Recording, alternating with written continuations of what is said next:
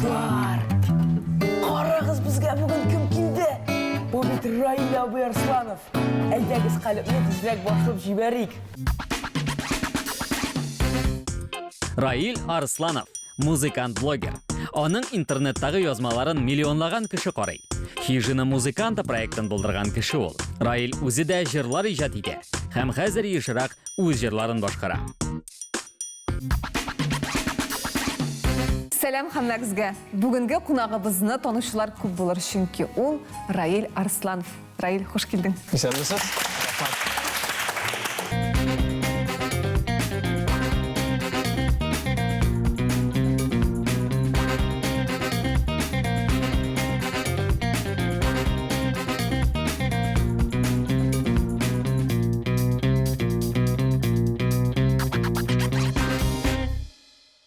Гади юлдан китерге уйламаган идем. Күбрәк җыярга тырышасың.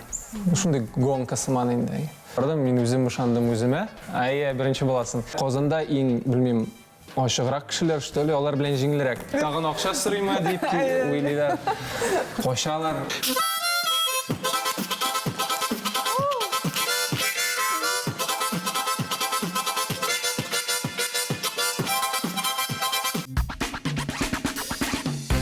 Раил абый, сезгә Кристиано Рональдка ошаганы әйткәннәре бармы?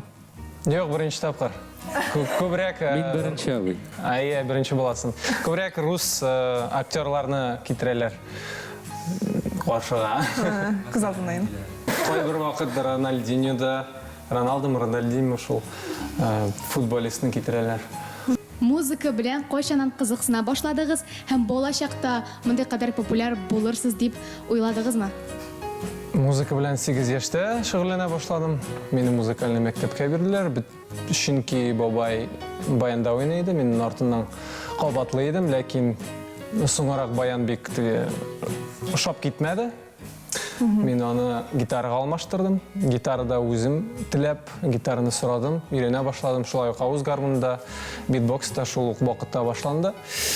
Беренче YouTube каналымны ачып киттем. И шуннан соң инде теге мәктәпне битергәндә институтка кирергә вакыт җитте. Мин теге әллә журналистикага барырга дип уйладым. Аннары конкурсларда йөргәч, миңа шул предложение тәкъдим иттеләр. Менә музыка мәктәбенә кирип карарга консерваторияга. Шуңа мин әзерләнә башладым да соңгы 2 ел эчендә әзерләнеп укырга кирдем. И шулай уже музыка белән профессионально мабыга башладым. А консерваторияны тәмамладыңызмы? 2017 елда анда 4 ел гына. Авыррак булды, чөнки күбесе теге училищены бетереп керәләр, күлиятны. Мин аннан башка туп-туры мәктәпне битердем дә. Музыкаль мәктәпне мин 2 тапкыр битердем. Башта баян буенча, нарсын гитара буенча үзем теләп. И консерваторияга туп-туры кирдем инде. А консерваторияга нинди бүлектә укыдыңыз? Народный факультет, то есть баян буенча, баян, гитара. Сен шундай профессиональ музыкант булып чыгасың консерваторияларны бетермәйме? Корочка белән. Менә Амелия сорады, балачакта уйлагандың ничектер популяр булырмын дип.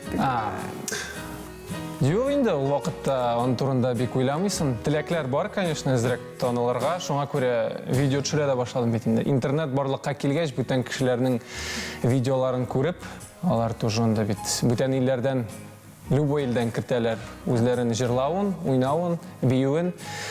Һәм бик күп просмотр җыялар иде. Мин дә моны белән бик кызыксындым да, ул вакытта танылырга уйладым. Хәзерге еллар ничә яшь идесең? Шул 2009 ел иде. Бер ничә еллар үтте? 14 ел үткәндер. Моңа кадәр аны турында уйламый идем. И менә шулай китте инде. Син аны ничектер менә күз алдына китерәсең, шуны хәтле мине кеше кар дип ничектер менә ул турында уйлыйсыңмы син үзең? Шуны күз алдына китерә аласыңмы үзең дигәндә? Башында күбрәк уйлыйсың аны турында. 1000 кеше булганда, анда уже күп икән. Анда 3 миллионга якынга җиткәндә уже аны турында бик уйламыйсың, чөнки ул сан гына. Бөтенесен җыйсак анда 2 Казан шәһәре җыела инде. Но халык җыела монда. Соннар инде. Шул гына. Чөнки хәзер бит инде ул бит рейтинг, просмотрлар ул бит инде хәзер шул сүзләр белән сөйләшәбез беренче чиратта. Рәсмий әйткәндә ул бит инде шундый мөһим нәрсә булып санала. Менә синең өчен ул мөһимме? Ну, мөһим инде. Чөнки син эшлисең һәм синең эшеңне карасыннар дип тырышасың бит инде. Күбрәк карасалар, кайфың күтәрелә, тагын да эшлисе килә тегем. Мотивация алга барырга, барлыкка килә. Просмотрлар булмаса, тоже чирәсе килми диләр шулай бит инде. Бер планкага җитсәң, дәрәҗәгә 1 миллион җидең. Бүтән, допустим, роликлар әзрәк җыя икән, уже что-то не то дип уйлыйсың да, яңадан алмаштырып, форматны күбрәк җыярга тырышасың. Шундый гонка сыман инде.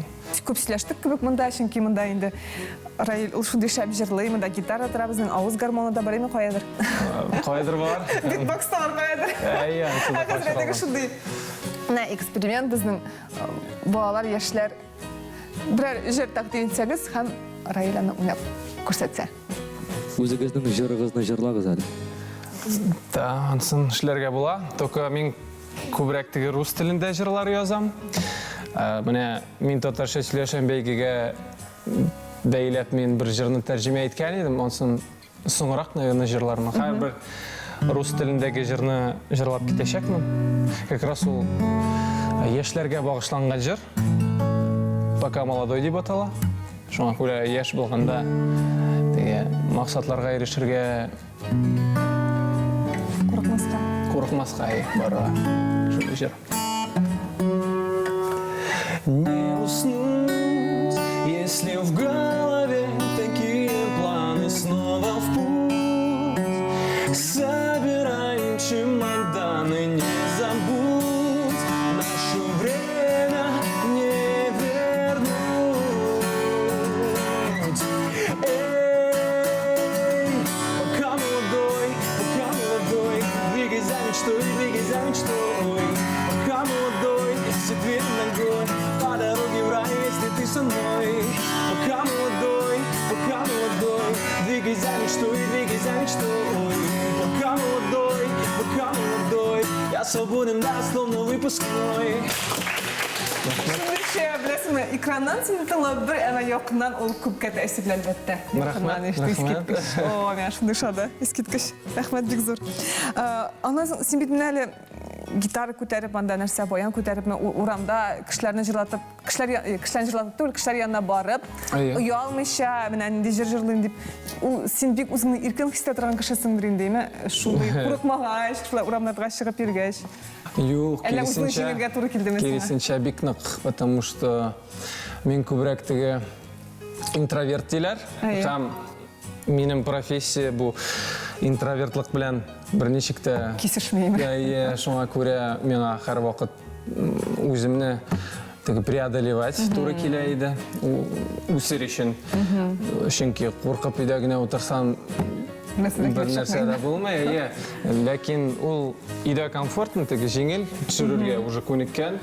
Ләкин ул 2020 елны мин менә бу яңа рубриканы ясарга уйладым да. Чыгырга, чөнки миңа кадәр моны беркем дә эшләмәде. Бу идея миңа башка килде дә, мин чыгырга булдым. Беренче көн, конечно, бик нык авыр иде, но икенче көннәрне чыкканда уже я бүтән шәһәрләрдә моны төшергәндә, хәзер мин бу рубриканы вообще бүтән илләрдә дә төшерәм.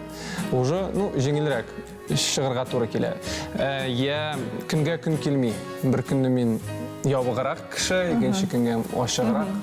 Ну, ничек әйтәләр аны? Творческий кеше инде. Иҗади. Кайсы илдә иң шундый җылы әйбәт кабул итүләрне алай яннарына килгәч кеше нәрсә җырлыйм дип килгәчтен. Кайда башкарак кабул итәләр сине? Чынлап әйткәндә, менә алдамыйча гына Казанда мин аннары Мәскәү, Әлмәт шәһәрләрендә дә төшердем, Сочида да, Турциядә, Төркиядә тоже. Но менә Казанда иң, белмим, ашыграк кешеләр, что ли, алар белән җиңелрәк. Потому что моны бу рубриканы төшерер өчен кеше белән аралашырга кирәк. Күбесе тоже ябық. Алардың янына келгенде алар қошырға мүмкін, ябыларға, китерге, артынан егеріп. Кіші келді мене. Тағын ақша сұрайма deyip ойлайлар. Қошалар, шуңа көре ауырақ бұл яқтан. Қазанда, білмеймін, жеңіл. Хотя менің рубрикада мен өзім ол вақытта ақша беріп ерейдім. Жырны білмесем бар еді. Но қазір мен, конечно, ол рубриканы сирек түсірем. Ол вақытта мен көбірек яшьлер жырларын білейдім. Қазір екінші жаққа арақ кеттім, көбірек уже ескілеріне жырлайым, потому что менің аудиторияның яшы артты. Қазір бик көп зур кішілер қоры. 40-тан артығырақ, 50-ден аларға молодежный жырлар бармай. Сен қазір өзің орамай шықса, сен артынан ерітірелер дұрынды. Анда уже может кіші янына келмес келе, өзлері келе, басып қына тұрам, жырлайым точно. Қолфақның тоғылған шоғы. Окей.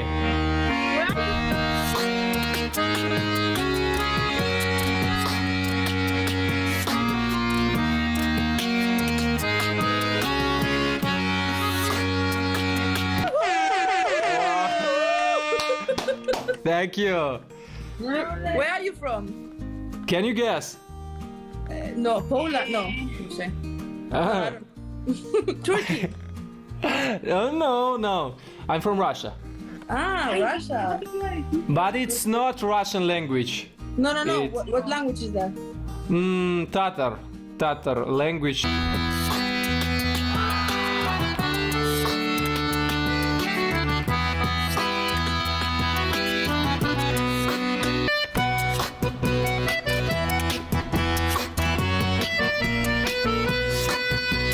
Üstelde yolğuz şınayaq, şəyi suunun bitken. Хижина музыканты проекттын уйлап табуу идеясы койдан келди һәм бүгүнкү күндө бул проекттин иштелиги өзгөрмөдүмү? Башқа бұл менің 2015 жылны келді. Маған қадар менің каналым просто Раиль Арсланов қана деп аталайды. Лекен мен бір концепция білен бәйлі каналны ашырға болдым да, нешіктір аутентичнырақ есім берерге болдым. Чүнки мен бір махсус мәктепте оқытайдым, ол уақытта гитараға баянға. Һәм бір күнді қайтқанда, шол Вишневский урамында нендер бір вывеска көрдім. Анда англиша нәрседер жазылған еді, House of. Исемдә түгел, бір күнді барып қарға керек нәрсе мекен ол. Шуннан мен тоже исем алырға болдым. Только теге House орнына домда дейіп болмай, жұрт қына болмай, шуңа көре хижина деген сөз алырға болдым. Алашық болған енесін. И аны белән бәйле шундый бір уютный гына ләззәт орын ясарга булдым. Һәм каналымны шул гитара һәм баян вакытта баян юк, гитара дәресләрен төшереп башладым. Популяр җырлар җырлап, кешеләргә ничек бу җырларны уйнарга гитарада, җырларга күрсәтеп, шундый дәресләр төшерә идем башта. Шуннан китте инде. Бүгенге көндә үзгәрмәде концепциясы. Просто яңа рубрикалар, яңа форматлар барлыкка килде һәм кеше күбрәк җыелды. Ләкин дәресләр уже сирәк төшерәм, потому что бүтән белән ныграк кызыксына башладым. Үземне җырлар күбрәк язам, клиплар төшереп һәм менә теге развлекательный контент күбрәк ясап инде. Менә синең шул хәтле подписчикларың, язучыларың шулай күп үсеп китүенә нәрсә сәбәп булды дип уйлыйсың син үзең? Ничек шулай алар кинәт кенә шулай үзгәреп, ничектер шулай кешеләр кызыксыну туды? Минем шул кинәт булмады. Минем елдан елга, көннән көнгә теге эш эшләп, зур эш эшләп кенә барлыкка килде подписчиклар. Булай уйласам 10 ел үтте. 1 миллионга кадәр. Шуңа күрә бу блогерлар өчен бик зур юл инде. Хәзерге көндә кешеләр шул бүтән социаль челтәрләрдә төшереп тизрәк бу миллионны җыя ала. Кайберләр бер атна бер ай эчендә җыя. Мин бик озакка шул бер рубрикада батканмын ул вакытта. Шул дәресләр төшереп, разборлар ясап, қына утыра идем. Миңа күбрәк шул эксперимент ясап, бүтән форматларны татып карарга иде. 20-нче елда мин шуны эшләп карадым, төрле форматлар. Чат рулетка, урамга чыгып, тагын нәрсәдер танылган бүтән җырчылар белән берләшеп видео ясап, и шуннан китте. Шуңа күрә берничә елга иртәрәк шуны эшләсәм, миллион иртәрәк тә булыр иде.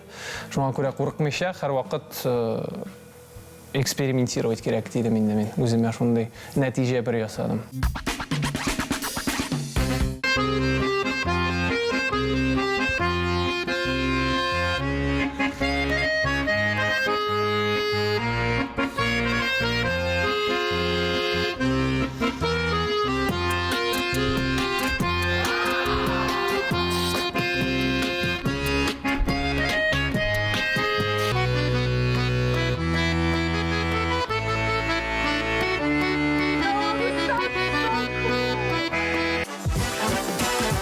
Қоян табасың сен кешеләрне? Төрлеләрдән ничек чыгасың, каян табасың сен аларны? Беренче сорау шул булды. Күбесе аңламый, ничек эшләнә алар, мин аларга телефоннан шалтырада дип уйлый. Ага. Ничек булды? Ишетелгә шалтыратсаң да точно банкрот буласың инде. Я, бер сайт бар, бер генә дә түгел, берничә сайт бар, койда любой илнең җиреннән кеше шул сайтка кирип, бүтән илдәге кешеләр белән сөйләшә ала. Кнопкага басасың да, сиңа случайным образом кешеләргә. Любой илдән, любой җир җиреннән. Дөньяның теләсә кайсы читеннән андаймы? Шул. Һәм син җырлыйсың, алар белән сөйләшмисең, җырлыйсың. Ул баштан ук ясалган иде, чтобы кешеләр бер-берсе белән аралашсын өчен, инглиз телен теге күтәрсен өчен, теге международный тел бит инде. Блогерлар бу сайтны үзенә Куллана башлады. Именно алардан артта калырга булмадым. Башта гитара белән генә төшерә идем. Сразу теге просмотрлар артты, потому что кешегә кызык карарга бүтән илләр түгел, бүтән, допустим, кешеләрнең реакциясын инде. И аннан соң менә уже кайчан ел ярым элек баян белән чыгып карадым.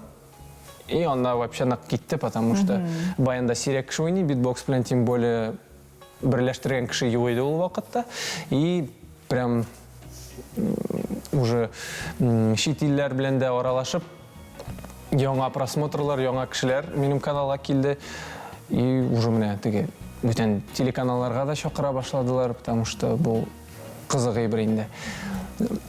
Чит илләр белән аралашу, аларга җырлау, алар белән ничектер күлеп, сөйләшеп утыру минем өчен генә түгел ләззәт. Кич белән кешеләр бит эштән кайта, аларга карарга кирәк, бер кызык бер, алар шуны куша да, аларның кәефләре күтәрелә, потому что минем күбрәк канал шул позитив ягыннан килә, добрый намерение гына.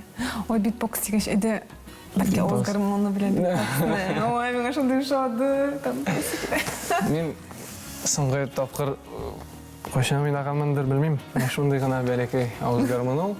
Авызга сыйрлык кына. Баянны читилләргә ташып булмый. Аны кисәгә тыктым да киттем. Уйнап карыйбыз инде бер нәрсә. Просто уйнау гына булмый, аның өстенә битбокс ясаганда шуңа кызыграк яңгырый да булаймы?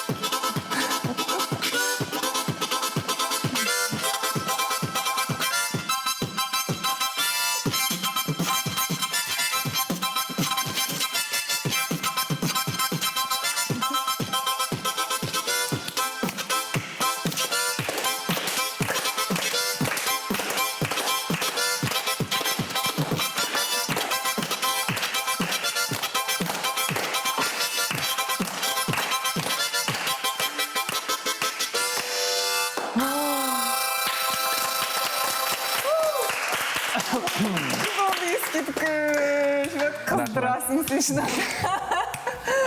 Нешік үйренесің сынан, нешік ішесің сынаны. Көрсетіп болмайын. Баштамаларда үйренесің, онар ойырым битбокс и бірлештіресің. Бұл жер менің рингтонда басып тұр. Айбай? Шавиген. Раил ойнаған мұны. Мен мұны, кстати, Парижда болғай бірінші тапқыр ойнадым. Эйфелеві башня астында жүрген едік.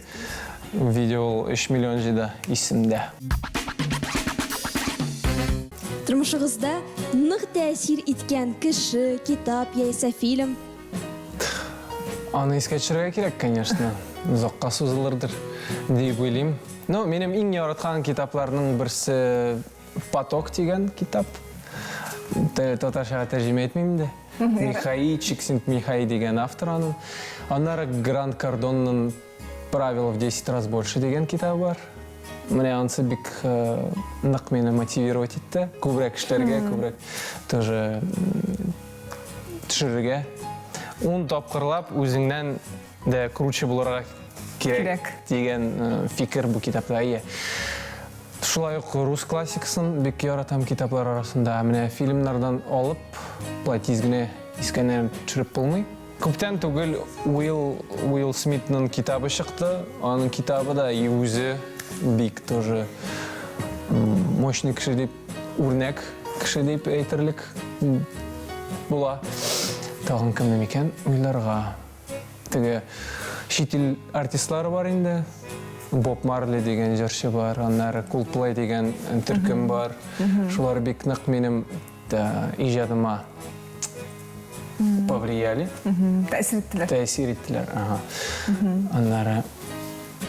А мене бұлай, мәселен, кім нәрсені сімтеттің башта нешіктір шей башладың, 10 ел бойы жылды нешіктір сені күш беріп тұрған кішілер бәрке есінген әшіңдәгілер сені аңладылар міне бұл. Нәрсе ішлеп бересің инанда, интернетта, нормаль іш білен шығынләнді бейірмәнді кім нәрсенің яныңда болдылар, сені ашанған кішілер бәрке шын?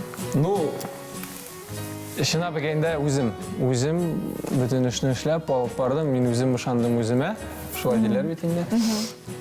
Чөнки ол вақытта блогерство теге шын профессия деп шутламайлар еді, аңа шынапта зур кішілер ихтибар етмейді. Әмен бары өзім әзізләп чырып, аңлайдым, что міне интернетта біздің келешек, потому что онда бүтін білім, бүтін китаплар, видеолар, музыкалар, һәм блогерлар алда, уже міне бүгінгі күнге қарайбыз, бик нық влияние. Имеет тәсір, тоғын тәсір. Біз тәсірләді насешәсі. Тәсір ету. Тәсір етелер. Бүтін яшьләргә дә, зурларға да. Шул мен өзім ұшанып өзіме, өзімін ішіме әзізләп түшірі бардым енді. Теге туғаннар қаршы келмеді ол яқтан.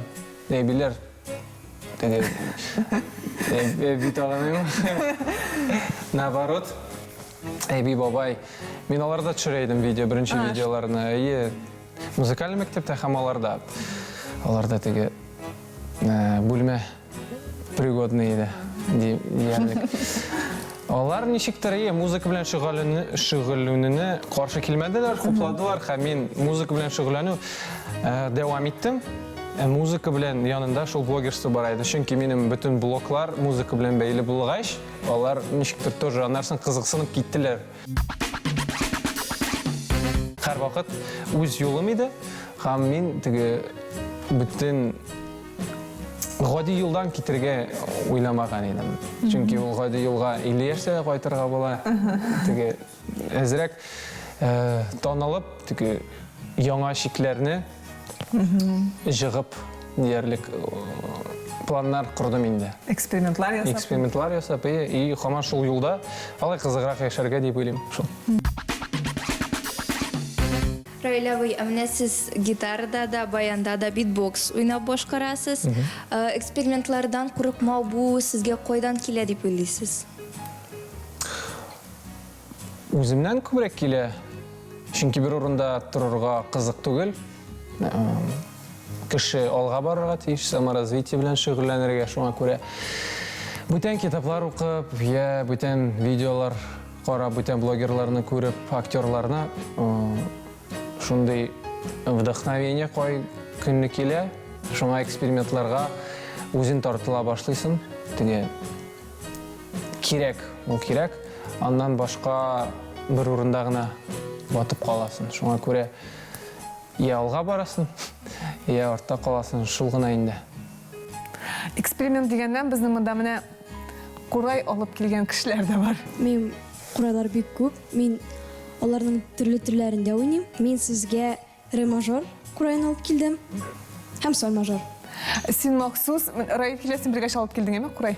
Эксперимент әсірға деп. Әйтәгіз әлі татар халық күйін ойнап, алмағашлары деген күйін. Әйдәгіз, да?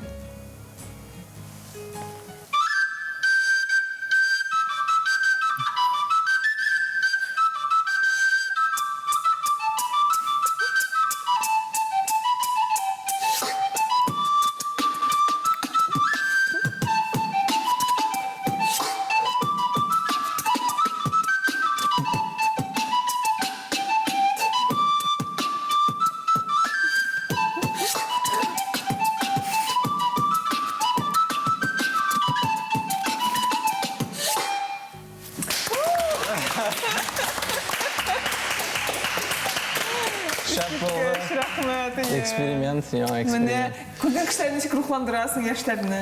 Иә. Сені көріп біліп. Бәлки тағы бір нәрсені? Сар Садыко күйін, алмағаш, ой, арча шеттіклері. Арша шетіктері.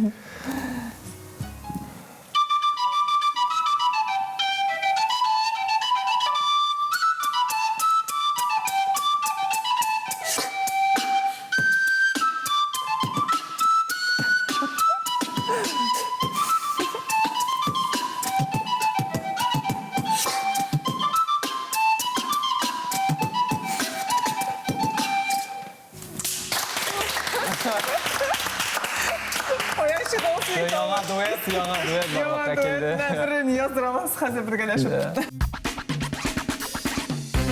Блогерның бір күні нишік үте? Сізнің ярдәмшілеріңіз бармы? Һәм блогер болып нишік оқша эшләп булау?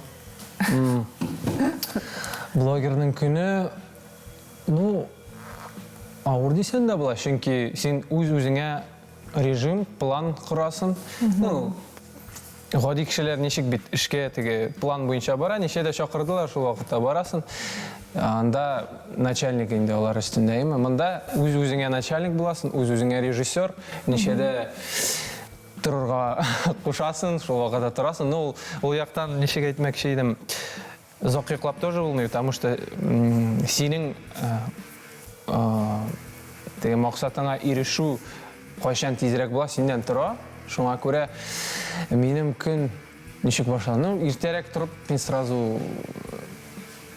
компьютерға тұтынмайын бе? Әлік шулай еді. Сразу отырайыным компьютердағы ішлерге, чөнки бүтін блогерның іші көбірек компьютерда. Лекин яңа блогерларның көбісі телефонда ғана видеоларны ясый. Мен көбірек ескіше түгі широкий формат түшірем, шуңа көре мея компьютер керек. Компьютерда тауыш. Өзім монтаж ясым, компьютерда жүрген бірні обрабатывать дейді менде. Ішкертем, тауышны да шында яздырам. Шуңа көре тұрғаштын, ашым да китап оқып, английский білен әзірек занимация етем. Аннары компьютерға отырып, шул түшірілген материалны уже ішкертем, кисем, яздырам, шул обед та жейті. Обед вақыты тез өте, компьютерға отырғаш вообще, анда тез. Кімдір компьютер ойындар ойнай, мен шул программаларда ішлемейін де.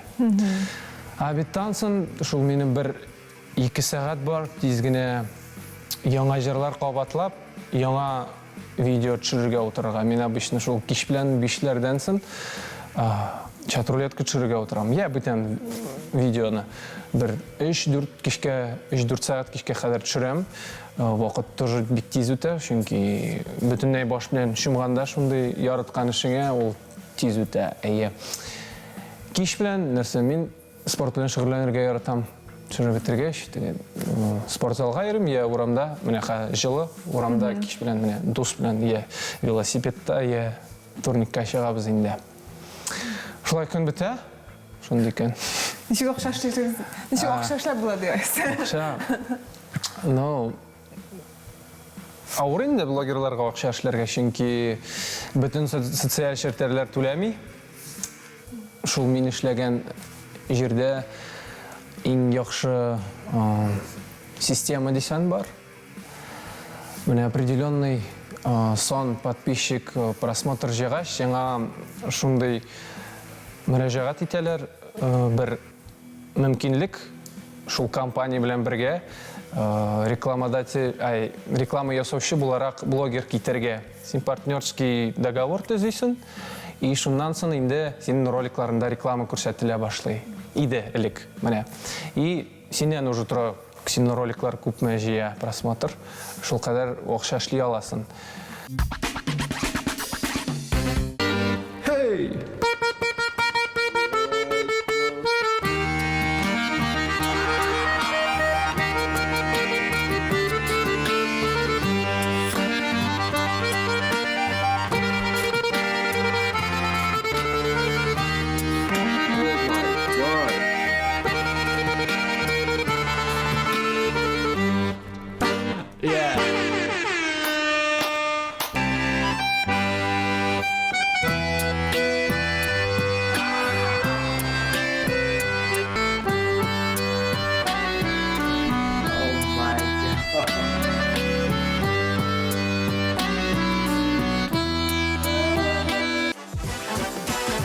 Сезнең популярлыгыгыз нәрсәдән соң артты дип уйлыйсыз? Шул 2020 елдан соң экспериментлар куя башлагач, барсы да эшкә китте. Әмма менә күп еллар мин баянда үз ишем генә уйнап калган идем, консерваторияны бетергәчтән. И менә шул баян белән битбоксны берләштергәч, баянга уже җырлый башлагач заманча җырларны, безнең җырларына түгел, рус, татар җырларын һәм чит ил җырларын тоже җырлагачтым. Кеше бик кызыксынып китте бу баян белән, баян инструмент белән, чөнки аларның элекелектән башта күбесенчә я классика уйныйлар, я халык көйләрен генә. Ну, заманча түгел дигән фикер бар иде. Миннән соң бу барсы да үзгәрде дип уйлыйм, һәм моны белән мин горурланам әзрәк. И менә шул видеолардан башлап, шул экспериментлардан башлап, баян белән битбоксны берләштергәч, барсы да яхшы гына китте. Әйдә, үзең моны җырлама, татарча җырлан дигән. Онытмасам, мин Искә төшкән хәтлесен. минем теге иң мөһим җырым шул «Не влюбляйся» дип атала, мин аны татар теленә тәрҗемә иткән идем. Тәки җырлап булмады, аны мин татарча сөйләшәм бәйгедә, чөнки ут сүндерделәр. Мин баян белән бүтән җырладым. Алайса хәзер үзебез менә. Укуны җырламаган өчен. Гашык булма, мин сиңа тиң түгел. Авыр булар, тыныч бул күңел. Сагынырсың, нәкъ минең кебек. Күз яшьләрең гаепсез түгел. Гашык булма, мин сиңа тиң түгел. Авыр булар, тыныч бул күңел. Сагынырсың, нәкъ минең кебек. Күз яшьләрең гаепсез түгел. Гашык булма, бер өметсез мәхәббәт салкын буздай. Син кырыс бул тик кинәт, гашык булма. Үткән көннәрдә мизгеле сиңа минем белән яман кешеләрдән биздем. Йолдыз мәгълүмләр, китаплар син шаяның су куяр очрашырга эзләп сәбәп тикшерәсең кемне лайклар мәхәббәт дигән авыры күптән безгә йокты. Син хыялый һәм бер татлы бер ни дә аңламан. Мин дәшмим айрылу авыр. Тигәт мин күңел үксеп елар. Не влюбляйся, я не твой герой. Будет больно, не тревожь покой. Ты скучаешь так же, как и я.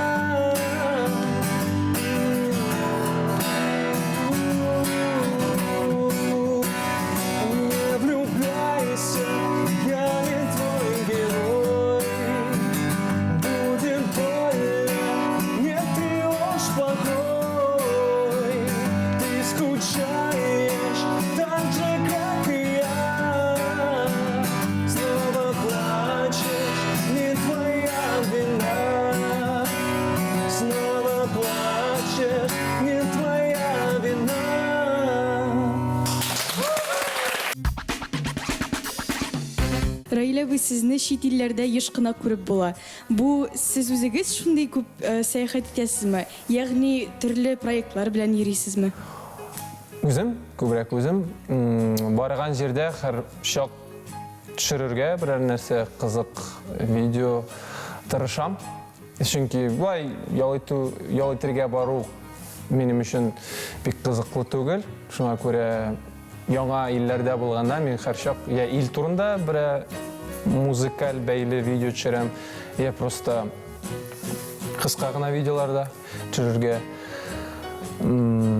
могу.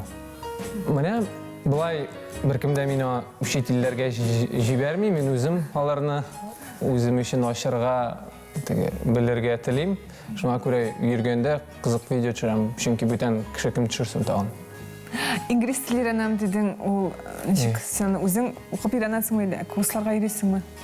Син инглизне әйбәт беләсең кебек. Ну шул просто эш белән бәйле өйрәнеп барам инде, чөнки чат рулетканы төшергәндә бик күп аралашырга туры килә. Практика безгә безнең өчен иң мөһиме. Инглиз телен мин үзем мәктәп вакытында, институтта укыганда тоже өйрәнеп маташайдым, ләкин берничек тә бармый иде. Соңгы елларда мин үзем бу инглиз телен инде өйрәнергә булдым һәм Үч ысулы таптым. Беренчесе шул чат рулеткаларда кеше белән аралашырга, чит ил кешеләре белән. Икенче уже мин үзем интернеттагы видеоларны карап, дәресләр үтеп бер занимация итәм инде, шөгыльләнәм. Өченче чирак минем репетитор хәзер бар. Тоже ул Казанда яши иде, хәзер тоже Канадага күчте, вакытлыча гына. Менә аны белән аралашабыз. Шуңа күрә мин по полной программе дигәндә, ныклап торып, максат булгач шуны өйрәнергә дигән төгәл максат булгач. 100% чыксын өчен. Безгә яшьләргә берәр киңәш бирсәгезче. Иң авыр сорау минем өчен. Киңәш. Сез кызларны китер үзеңне менә алар яшьтән ничә яшьсезгә менә хәзер? 13, 15, 16 яшькә. Нәрсә әйтер идең? Син бу вакытта инде видеолар төшереп яткансың. Ул вакытта төшерә идек, ул кадәр целенаправлен түгел. Просто телефонга гына мәктәптә чыгыш ясаган җирдә генә. Ул вакытта минем уже фикерләр бар иде һәм үземнең киләчәк язмышымны күрә идем, дисәм була. Шул яшьләргә күбрәк үзен эзләп табырга әйтер идем беренче чиракта. Аны үзеңне табыр өчен шул яшь вакытта төрле эшләр белән шөгыльләнеп карарга кирәк. Музыка, бию, бүтән телләр, инглиз телене, мәсәлән, китаплар. Чөнки менә хәзер аларда әле вакыт бар, мәктәпне бетергәнчә хәзер. Инглиз телен өйрәнергә. Ансы точно. Мин үзем мәктәптә нинди дәресләр калдырыр идем. Бүтән булган дәресләрдән шул инглиз телен беренче чиракта, финансовая грамотность татарча белмичә, ансы кирәкле әйбер. Һәм шул минем өчен литература иде. Иң мөһиме. Шуңа күрә яшьләргә күбрәк тоже экспериментировать кына инде әйтергә могу. Чөнки үзеңне табыр өчен монда эшләп карарга кирәк. Икенче бернендә күбрәк аралашырга, бүтән кешеләр белән, может чит илләргә тоже барып карарга, бүтән шәһәрләрне күрергә, анда тоже күп нәрсә белеп була. Шул, и үзең куйган максатка барырга, аннан калмаска, даже теге әтиәниләр дөрес түгел дисә, синең планнарың теге монда барырга кушсалар, допустим, определенный институтка, я синең бүтән фикерең булса, өз фикреңдә калырга кирәк дип уйлыйм, чөнки ул вакытта гына кеше мәхәббәт була ала.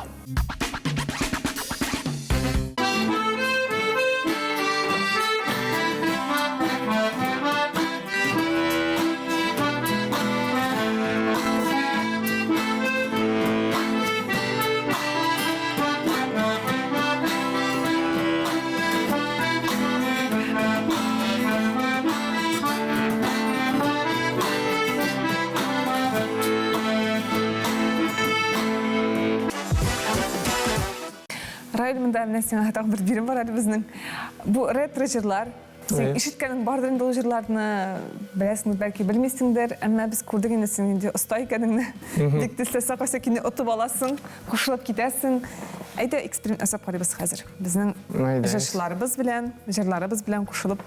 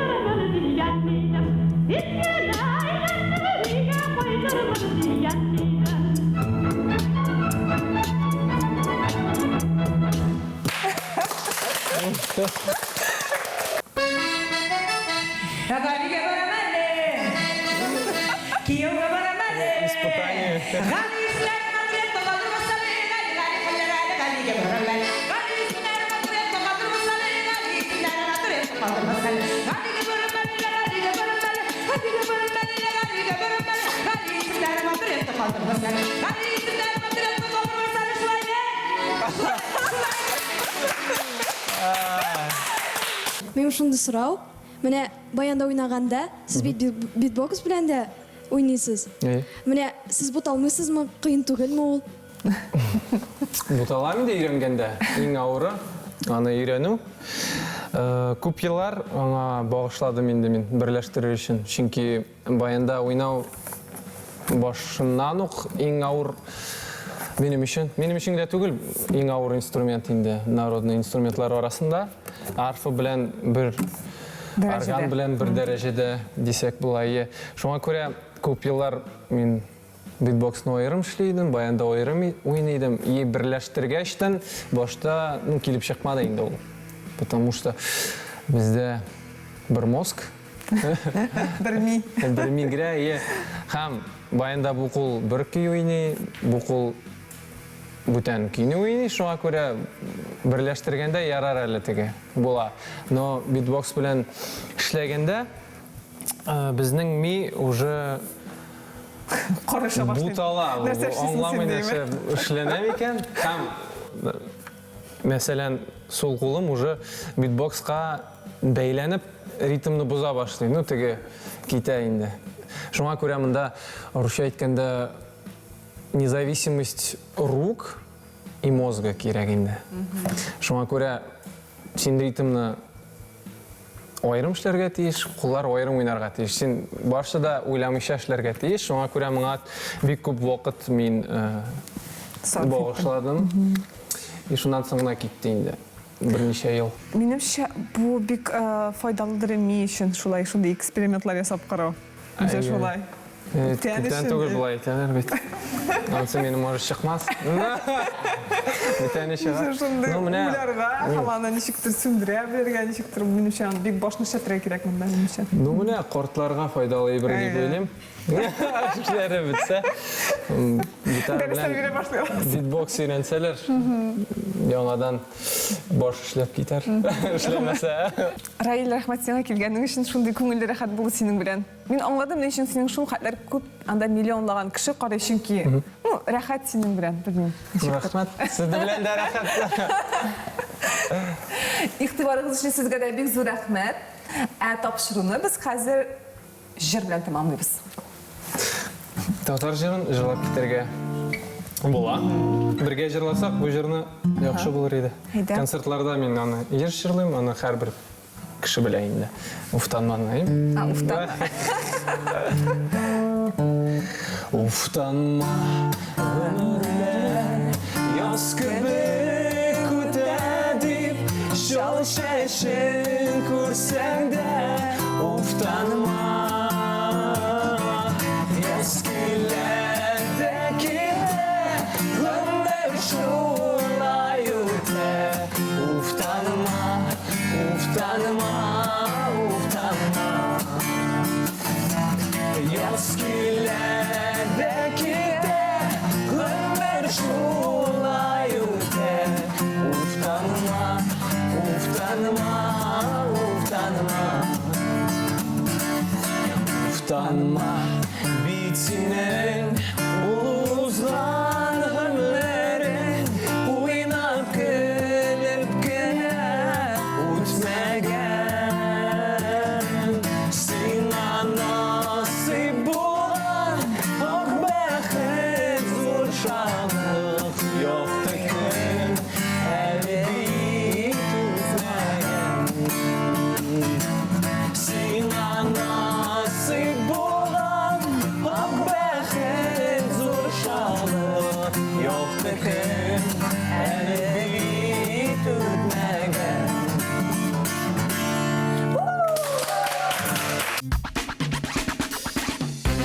Все, я бүгін гитарада ойнарға үйренген де алайсам. Гитараны дұрыс тұттың да, онысы уже яқшы, айда бірінші аккордны тұтып қарасақ. Міне мұнда бірінші бармақ болашақ. Міне ұқтасын мұнда қоябыз. Міне мұнда. Йо, бұл С бола. До мажор бола. Аның түрлі исемнәре бар. Сен міне бұлай бәрсән, теге яқта. Уже почти звукта шығашақ. Мұнда әзірек бұш орын керек. Все, яңадан бәріп қара. Шыға. Шәп. Шыға. Шәп. Рәхмәт Раил абый. Дуслар, мен дә хәзер тиз генә берәр нәрсә өйрәнәм дә сезгә уйнап күрсәтәм ала бирсәм. Раил абый, безгә кунакка килгәнегез өчен бик зур рәхмәт. Шәп кызыклы тапшыру килеп чыкты. Дуслар, шуның белән калып тапшыру тәмам. Сау булыгыз.